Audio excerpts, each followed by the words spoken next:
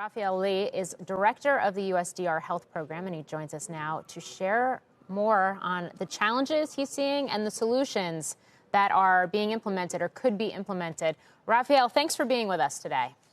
Thanks for having me. I mean, just to, I think, sort of, take a more macro level approach to this. I mean, this has been unprecedented in terms of the vaccines. It's been an unprecedented time frame in terms of development to approval, unprecedented production ramp, unprecedented logistics rollout.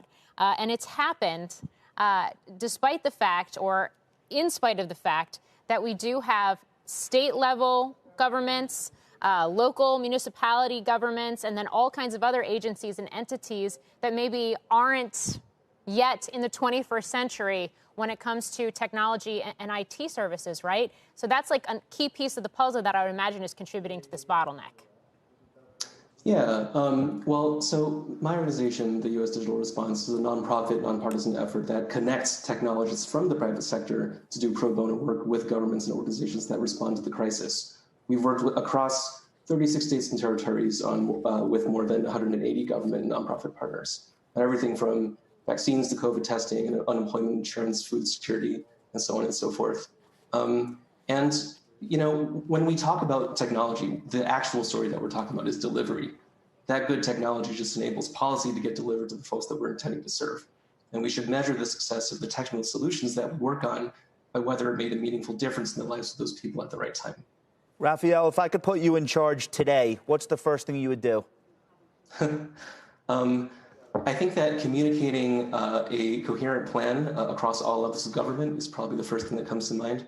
Look, this is a really tough problem. There's the part that the public see, and then there's the part that we don't see. And every state and country has different needs, but they're all facing similar challenges. So from the point of view of an individual person, on the ground, we see the websites that tell people when they or their loved ones are eligible to get vaccinated and where they should go, and their scheduling. But then there's all the stuff we don't see, right? Like there's the systems that track and manage inventory so we know where doses are and where sites are running low. We've got to keep track of who's gotten which vaccine. We need to collect patient information ahead of time. We have to send reminders in email and SMS that decrease the likelihood of no-shows and make it more likely that people will return for their second dose. We need places to even have vaccination sites, right? Like in some parts of the country, governments are planning temporary or even drive-through vaccination clinics in addition to the hospitals and pharmacies that they're partnering with. So working across levels of government to coordinate this unprecedented effort is really going to be the top priority. Is there one state or municipality that you would point out and say, this is the model? This is what everyone needs to start doing right now?